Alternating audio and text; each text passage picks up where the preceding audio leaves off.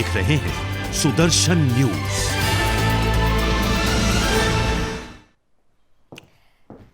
नमस्कार, सत्ता का महासंग्राम देख रहे हैं आप। आपके साथ मैं हूं लावनी विनीत। सत्ता का महासंग्राम, महासमर समाप्त हो चुका है और इस महासमर में विजेता बनकर एक बार फिर से उभरी है भारतीय जनता पार्टी। 5 राज्यों में 4 राज्यों में बम्पर जीत भारतीय जनता पार्टी की। और उधर पंजाब की अगर बात की जाए तो आम आदमी पार्टी ने करिश्मा करते हुए एक नए विकल्प को देश को दे दिया है। इन सब के बीच सवाल उमड़ घुमड़ करने लगे हैं कि देश की सबसे पुरानी राष्ट्रीय पार्टी, देश की सबसे बड़ी कही जाने वाली राष्ट्रीय पार्टी, क्या वो अपना वजूद, वो अपना अस्तित्व खोती जा रही है? सोशल मीडिया पर ही नहीं बल्कि लोग आपस में भी बहस कर रहे हैं, पूछ रहे हैं कि कांग्रेस आखिर तेरा होगा क्या? क्योंकि जिस तरीके से 5 राज्यों के चुनावी परिणाम आए हैं, उन परिणामों ने यह बता दिया है कि भारतीय जनता पार्टी ने अगर दम भरा था कांग्रेस मुक्त भारत का,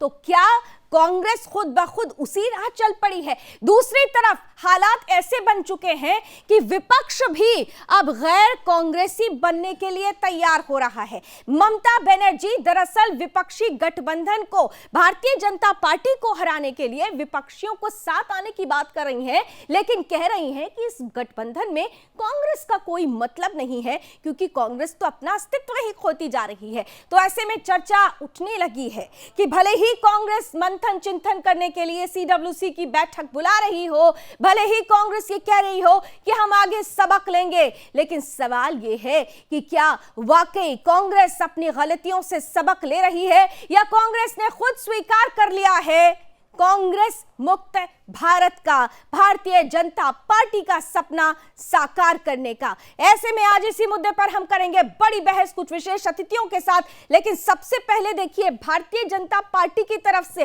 पहले ही दम भर दिया गया था कांग्रेस मुक्त भारत का। इसके बाद ममता बनर्जी अब कह रही हैं कि विपक्ष भी कांग्रेस के बिना ही गठबंधन बनाए, लेकिन कांग्रेस भी अभी सधी हुई प्रतिक्रिया तो दे रही है, लेकिन अंदर खाने आत्मचिंतन और चिंतन का दौर भी शुरू हो चुका है।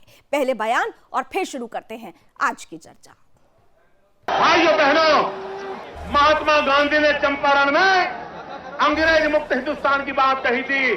आज यहां से जुगल बनना चाहिए, गांधी मैदान से जुगल बजना चाहिए। कांग्रेस मुक्त भारत का सपना हिंदुस्तान का। कांग्रेस के बाद कांग्रेस कर सकता है। I am not saying anything about Congress. It is absolutely different political party. I can not say that. कौन पागल कुछ कहे यार, हर पागल की बात पे जवाब दे रहे हैं, ये मैं मुनासिब नहीं समझता। आज की तारीख में सारे हिंदुस्तान में कांग्रेस के पास 700 एमएलए हैं, दीदी के पास है। आज की तारीख में हिंदुस्तान में विपक्ष की जितने वोटें हैं उसमें 20% कांग्रेस पार्टी की जेब में है, उनके पास है। ये बीजेपी को खुश करने के लिए, बीजेपी की दलाली करने के लिए, बीजेपी की पक्का एजेंट बनने के लिए ये तरह तरह की बात कर रहे हैं। जब किसी ने नहीं पूछती इनको नेशनल लेवल पे, तो अपने अहमियत को बचा के रखने के लिए तरह तरह की तर्क उठा देते हैं। कभी कहते हैं ईवीएम की चलते, कभी कहते हैं कांग्रेस की चलते। अरे तुम्हें कौन कहा कि भाई कांग्रेस की जरिए नहीं होते? तुम खुद बनाओ ना, तुम खुद प्रधानमंत्री बना के दिखाओ, कोई हर्जा नहीं। कांग्रेस से क्यों तुम टिप्पणी कर रहे हो कांग्रेस के खिलाफ? अगर कांग्रेस ना होते इस दुनिया में तो तुम जैसे ममता बनर्जी पैदा भी नहीं होती। ये कम से कम जरा ध्यान में रखो। गोवा में गए बीजेपी को खुश करने के लिए, मोगाम्बो खुश हो गए, बस कांग्रेस को हरा दिया तुमने। बीजेपी पार्टी में तुम्हारा रेटिंग बढ़ चुके हैं, और क्या? कौन नहीं जानते कि गोवा में जाके तुम कांग्रेस पार्टी की अंदर सेध लगा के कांग्रेस पार्टी को कमजोर किया, और इसके बदौलत बीजेपी पार्टी को मुनाफा मिली। कौन नहीं जानते? अब अधीर रंजन चौधरी भले ही ममता बनर्जी पर लाख सवाल खड़े कर रहे हैं, भले ही कह रहे हो कि पूरे देश में अभी 20% वोट शेयर है, भले ही कह रहे हो कि 700 विधायक हैं, लेकिन मंथन चिंतन करने की जरूरत है, क्योंकि कांग्रेस ये वही पार्टी है जिसने पूरे देश पर राज किया। और राज करने वाली पार्टी की हालत यह हो गई कि अब वो क्षेत्रीय पार्टियों से भी बदतर अगर परिस्थिति में आ चुकी है, उससे भी बुरे हालात में आ चुकी है, तो फिर ये सवाल तो बनता ही है कि कांग्रेस आखिर तेरा होगा क्या। आइए, 3 विशेष अतिथि हमारे साथ जुड़ चुके हैं, जरा स्क्रीन पर ले आइए। हमारे साथ आज जुड़ रहे हैं जाने माने पॉलिटिकल एक्सपर्ट है, वरिष्ठ पत्रकार हैं राहुल लाल जी, बहुत बहुत स्वागत। साथ ही साथ भारतीय जनता पार्टी का पक्ष रखने के लिए हमारे साथ रमाकांत मिश्र जी जुड़ चुके हैं, बहुत स्वागत। और कांग्रेस पार्टी का पक्ष रखने के लिए संदीप त्रिपाठी जी हमारे साथ जुड़ चुके हैं। संदीप जी, आपका भी बहुत बहुत स्वागत। और संदीप जी, आप ही के साथ शुरुआत कर लेते हैं। सवाल यही पूछा जा रहा है सर, 5 राज्यों में जो नतीजे कांग्रेस के लिए आए हुए हैं, उसके बाद तो ये पूछा जाएगा ना कि कांग्रेस आखिर तेरा होगा क्या। देखिए, कांग्रेस का वही होगा जो कभी भारतीय जनता पार्टी का हुआ करता था। और भारतीय जनता पार्टी जैसे भी अधीर रंजन जी, जो कि हमारे विपक्ष के नेता भी हैं, उन्होंने आपको बिल्कुल बताया कि 700 विधायक भी हैं हमारे पास। 700 विधायक किसी कौन सी पार्टी है आप बताइए विपक्ष में जिसके पास हो।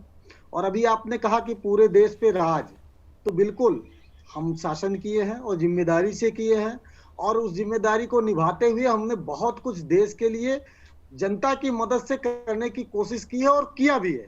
और वो सारे मुद्दे जो चुनाव के पहले थे वो आज हैं। चुनाव जीतना मुद्दे खत्म नहीं हो जाते, या सिर्फ एक परिवार के लिए किया, जरा क्लियर कर दीजिए।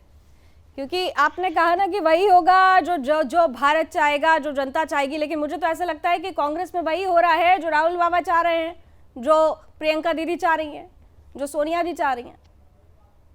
संदीप जी, देखिए आज जो है ना, एक्चुअली आप डिफेंड करिए पार्टी को, आपकी पूरी जिम्मेदारी भी बनती है, लेकिन सवाल ये है कि अगर आप वाकई कांग्रेस का प्रतिनिधित्व कर रहे हैं तो कांग्रेस का सही चश्मे से आकलन करिएगा। बिल्कुल, मैं जवाब दे देता हूँ जी। एक बात अभी आप ये जरा स्टूडियो की आवाज थोड़ी बढ़ा दें। जी संदीप जी, आप कंटिन्यू करें प्लीज। जी, एक परिवार की अभी आपने बात की, तो जब भी कोई कैंडिडेट होता है वो अपनी जो है संपत्ति का ब्यौरा देता है।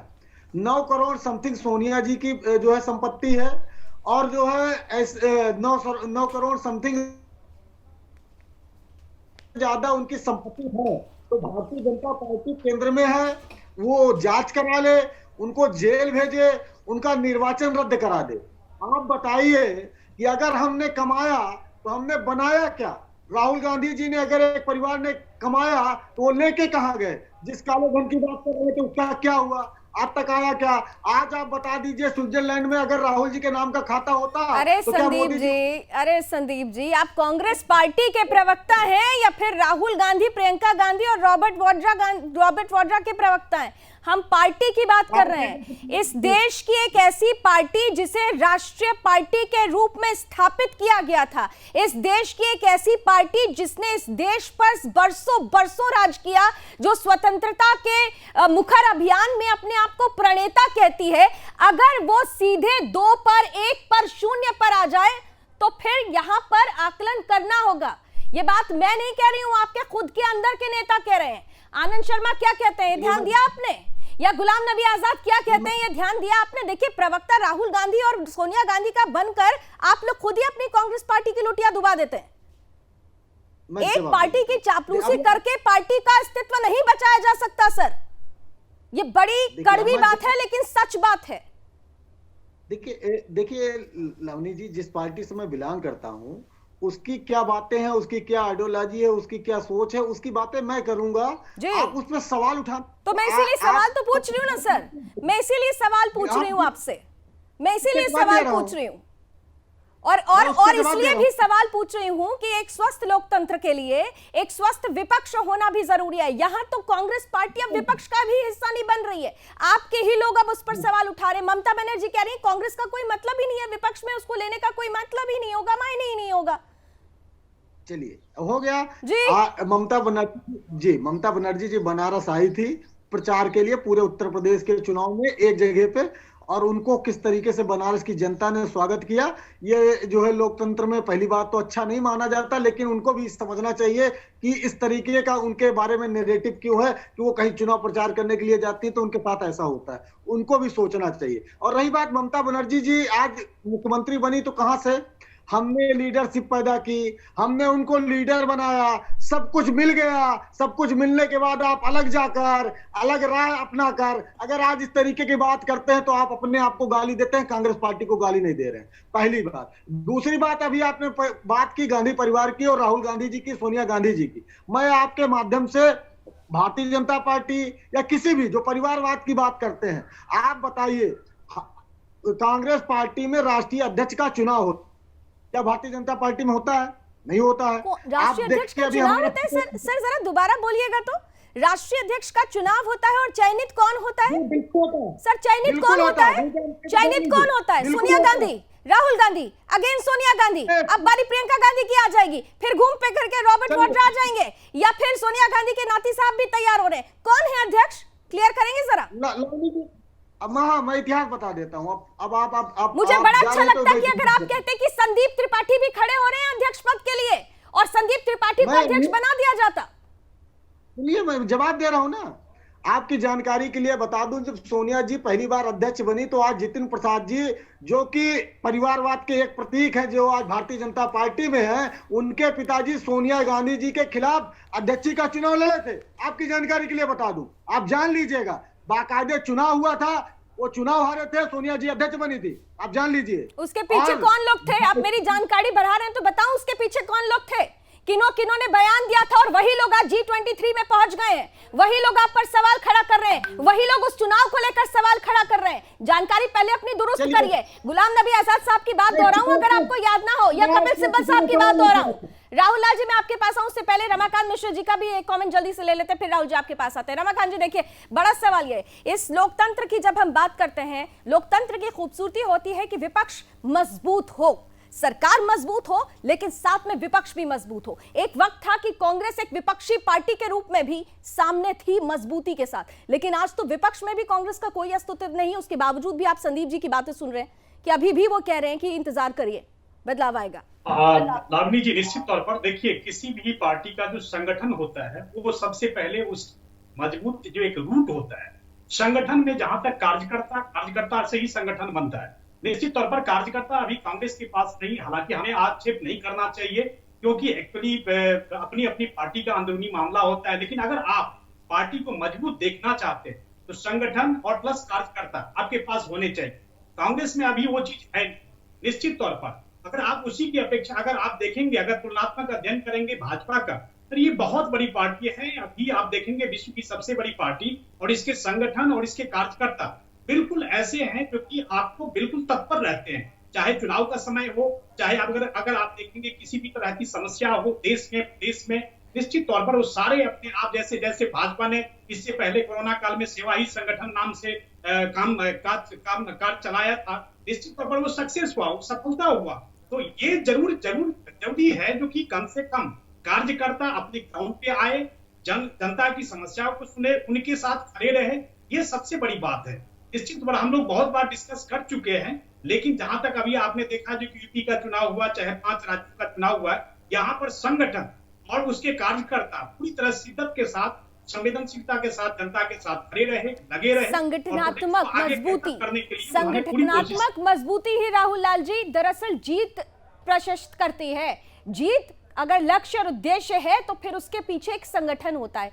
क्या जो परिस्थितियां बनी हैं, हम तमाम तरीके से बात कर रहे हैं, तमाम आकलन हो रहे हैं, लेकिन कांग्रेस के परिप्रेक्ष्य में बात करना इसलिए आवश्यक हो जाता है क्योंकि हम बार बार कहते हैं कि लोकतंत्र में एक स्वस्थ विपक्ष होना चाहिए। स्वस्थ विपक्ष की परिभाषा पहले हमने देखा था कि कांग्रेस उसमें कहीं फिट बैठती थी, लेकिन आज अगर विपक्ष भी बन रहा है, उसमें कांग्रेस नहीं है, तो क्या वाकई ये कांग्रेस के लिए बहुत ठीक नहीं है? कांग्रेस का अंत क्या आ चुका है? क्या कांग्रेस मुक्त भारत की बात भारतीय जनता पार्टी की तरफ से जो सदियों पहले कही गई थी, अटल बिहारी वाजपेयी जी ने भी यह बात कही थी, क्या वो सामने आ चुका है? राहुल लाल जी, देखिए, मैं तो खैर अभी नहीं कहूंगा कि बिल्कुल कांग्रेस मुक्त भारत बनने जा रहा है, लेकिन कांग्रेस को संगठन के स्तर पर कांग्रेस को कई निर्णय लेने पड़ेंगे जी। उदाहरण के लिए देखिए, मतभेद हर पार्टियों में होता है लावनी जी। अगर मैं कुछ उदाहरण दे रहा हूं, उत्तराखंड में ही ले लीजिए, भाजपा की तरफ भी गुटबंदी थी और कांग्रेस की तरफ भी गुटबंदी थी, या फिर हम लोग पंजाब का उदाहरण लें। लेकिन आपको क्या करना होता है कि आप उदाहरण के लिए भारतीय जनता पार्टी ने अपने 3 मुख्यमंत्री, 2 मुख्यमंत्री बदल दिए वहां पे। लेकिन वहां पे असंतोष भी पैदा हुआ, लेकिन उसको समय के साथ उसको काफी ज्यादा उसको डिसॉल्व किया गया। तो अगर आपके संगठन में ऐसा कुछ विवाद हो रहा है तो उस विवाद को निपटाने के लिए लॉन्ग टर्म और शॉर्ट टर्म दोनों प्रकार के प्लान होने चाहिए। मान लीजिए मैं उदाहरण दे रहा हूं पंजाब के लिए। पंजाब में अगर मान लीजिए कि सिद्धू एक तरह से प्रदेश अध्यक्ष हैं और चन्नी मुख्यमंत्री थे, तो संगठन और मुख्यमंत्री के बीच में, सरकार के बीच में ही तालमेल नहीं था। तो वो तालमेल नहीं रहेगा तो फिर जनता आपको कैसे स्वीकार करेगी? सर तालमेल तो तब होगा ना जब किसी की अकाउंटेबिलिटी तय कर दी जाएगी। यहाँ तो अकाउंटेबिलिटी नहीं होती है। यहाँ तो हार होने के बाद भी देखिए जो अकाउंटेबिलिटी जिनकी बनती थी उन्होंने दूसरे पर ठीकरा फोड़ दिया। उन्होंने कहा कि पंजाब हारे क्योंकि कैप्टन अमरिंदर सिंह की वजह से हो गया, उत्तराखंड हारे क्योंकि वहां हरीश रावत जी ने स्थिति खराब कर दी। तो अकाउंटेबिलिटी तो खुद के कंधों पर लेनी पड़ती है ना सर, अगर आप नेतृत्व क्षमता रखते हैं। लावनी जी देखिए, दो तीन चीजें मैं स्पष्ट कर रहा हूँ कि देखिए जब इस तरह के विवाद कहीं आपके उत्पन्न होता है तो उस विवाद को आपको त्वरित तौर पर समाधान कीजिए। अगर उसको लंबा खींचेंगे तो फिर वो और गहरे होते हैं। मान लीजिए कि सिद्धू को लेकर इतना वो लगातार विवादास्पद बयान दे रहे थे, तो फिर उनको संगठन में एक तरह से जो है कि उस जगह पर रखने की कोई जरूरत नहीं थी, आप उनको हटाते। अब देखिए कई जगह पर जैसे मान लीजिए हरीश रावत जी का आप देखिए, हरीश रावत जी आप आखिर सेकंड लीडरशिप कैसे डेवलप करेंगे? आप वो भी डेवलप करना है। और मान लीजिए हरीश रावत जी पे ही आपको पूरा विश्वास और भरोसा करना था, तो फिर हरीश रावत जी को पंजाब के मामले में उलझा के क्यों रखा गया? अगर मुझे अभी भी याद है तो उत्तराखंड के चुनाव धीरे धीरे पास आ रहे थे, लेकिन हरीश रावत जी की सारी एनर्जी पंजाब में जा रही थी, तो पंजाब तो आपका विवादों के घेरे में था। तो सर ये तो कह रहे हैं ना, क्योंकि जो मेन लीडर था, जो मेन लीड कर रहे थे लोग, दरअसल वही तालमेल नहीं बैठा पा रहे थे, चाहे वो राहुल गांधी हो, चाहे वो प्रियंका गांधी हो या फिर सोनिया गांधी हो। संदीप त्रिपाठी आपके पास आते हुए सबसे महत्वपूर्ण बात है, देखिए तालमेल बैठाना सबसे आवश्यक है। आप भारतीय जनता पार्टी को लेकर कई सवाल खड़े कर सकते हैं, आपका अधिकार है, लेकिन उससे पहले जो आपकी जिम्मेदारी बन रही थी अपने संगठन को मजबूत करने की, तालमेल बैठाने की, क्या वो तालमेल आप लोग बैठा पाए? और इसके बाद हार के बाद भी आप देखिए हार की जिम्मेदारी लेने की जिनको लेनी चाहिए थी जिम्मेदारी, उसके बाद भी वो दूसरों पर ठीकरा फोड़ रहे हैं। संदीप जी रमाकांत जी को आमने सामने ले आइए जी। हाँ बिल्कुल लाइए, फाइट हो जाए। संदीप जी कंटिन्यू करें। लावनी जी एक बात समझिए कि अगर आप ये जिम्मेदारी की बात कर रही हैं, तो अगर अटल बिहारी वाजपेयी जी ने जिम्मेदारी मान के इस्तीफे दिए होते तो आज भाजपा तो होती नहीं। कितनी बार वो चुनाव हारे, कितना लगातार जनसंघ से लेकर कृषक प्रजा पार्टी से लेकर 3-3 नाम इन्हें बदलना पड़ा, क्या क्या नहीं किया, और आज ये सफलता मिल रही है। सर उन्होंने तो सत्ता की कुर्सी भी छोड़ दी थी, उनकी बात मत करिए। अटल बिहारी वाजपेयी जी एक ऐसा नाम है जिनका उदाहरण खुद कांग्रेस पार्टी के लोग भी देते हैं। उन्होंने तो सत्ता भी छोड़ दी थी, आपके एक परिवार के लोग कुर्सी नहीं छोड़ पा रहे हैं। सर ये बात मत करिए, बात तो करिए ना जिस पर हम आराम से तर्क कर सकें। मैं दे रहा हूं, तर्क दे रहा हूं। सोनिया गांधी अगर 2004 में प्रधानमंत्री बनती तो कौन उनको रोक सकता था?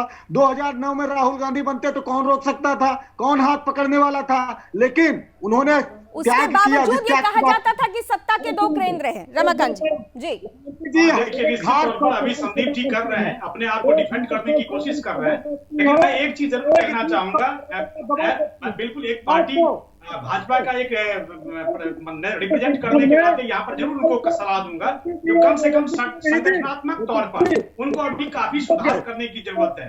इसमें कोई दो मत नहीं है कि अभी इनका जो संगठन है बिल्कुल टूटा फूटा है, और जिस तरह का हालत आपने उत्तराखंड में देखा, जिस तरह का हालत आपने पंजाब में देखा, जिस तरह का हालत आप छत्तीसगढ़ में आपने देखा, जिस तरह के हालत एक सेकंड दीपक जी कुछ कह रहे हैं, सीमित हो जाएंगे, ठीक है, ये भी और सीमित हो जाएंगे। ये अभी तो 2 राज्यों में है, और निश्चित तौर पर पंजाब, ठीक है, जैसे अभी पंजाब इनको छोड़ना पड़ा है, निश्चित तौर पर और भी स्टेट है, राजस्थान भी है, छत्तीसगढ़ भी है, इनको छोड़ना ही पड़ेगा। संगठनात्मक बदलाव जब तक नहीं करेंगे बिल्कुल छोड़ना पड़ेगा।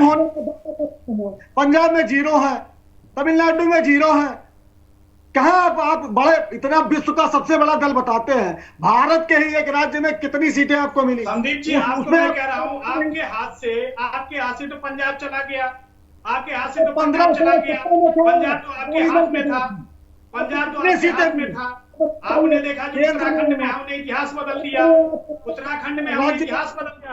आप क्या बात कर रहे हैं? छत्तीसगढ़ में देखेंगे और आगे देखते जाएंगे। आप बिल्कुल, हमने अगर नारा दिया है कांग्रेस मुक्त भारत का, तो निश्चित तौर पर कांग्रेस मुक्त भारत बनेगी।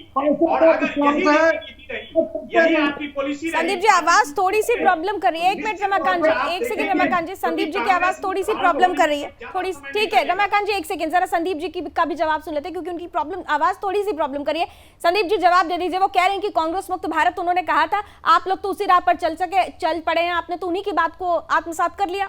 और आप कह रहे हैं कि कितनी बड़ी पार्टी, तो देखिए उत्तर प्रदेश से रास्ता होकर जाता है ना, तो पिछली बार तो फिर भी आप लोग साथ में थे, 6% वोट शेयर था, चलिए, लेकिन इस बार तो आप और नीचे आ गए, 2.5% वोट शेयर आप पे आ गए हैं आप।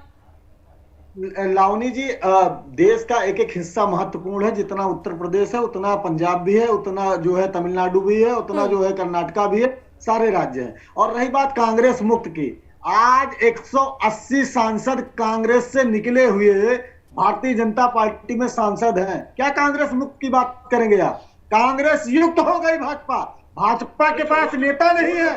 तो किसी विचारधारा में आप लोगों ने विचारधारा में उनकी बातें नहीं सुनी आपने। G23 के नेता को आप बातें सुनते नहीं, आप गुलाम नबी आजाद है, आनंद शर्मा है, उन सब की तो बातें आप सुनते नहीं। और कांग्रेस मुक्त की भारत, अगर मुक्त भारत की अगर हमने बात की है, निश्चित तौर पर हमने कही है, बिना आधार के तो हमने नहीं कहा है, बिना आधार के नहीं, क्योंकि आपकी पॉलिसी ही यही रही है 55 से। राहुल लाल जी, ठीक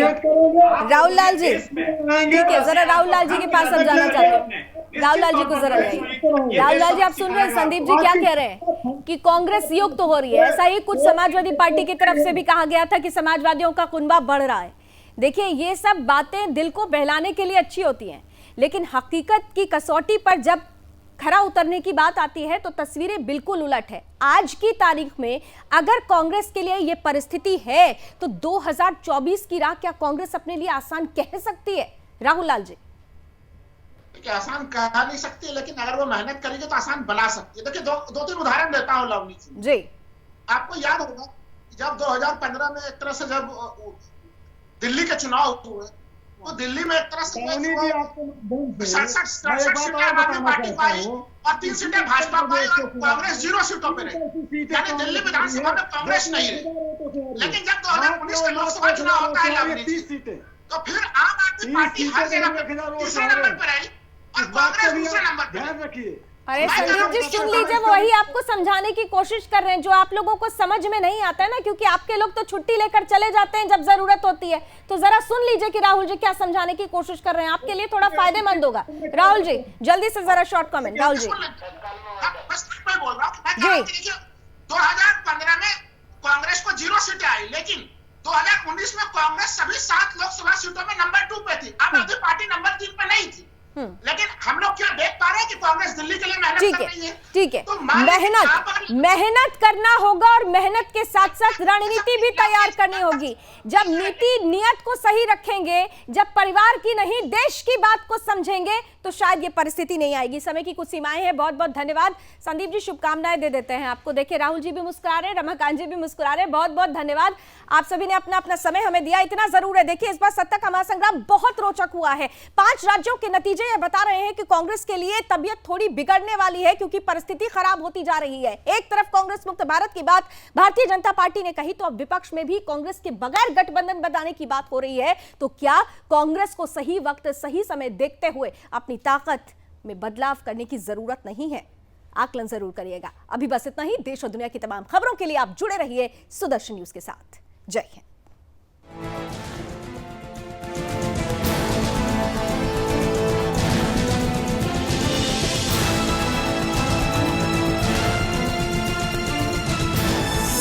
आप देख रहे हैं सुदर्शन न्यूज।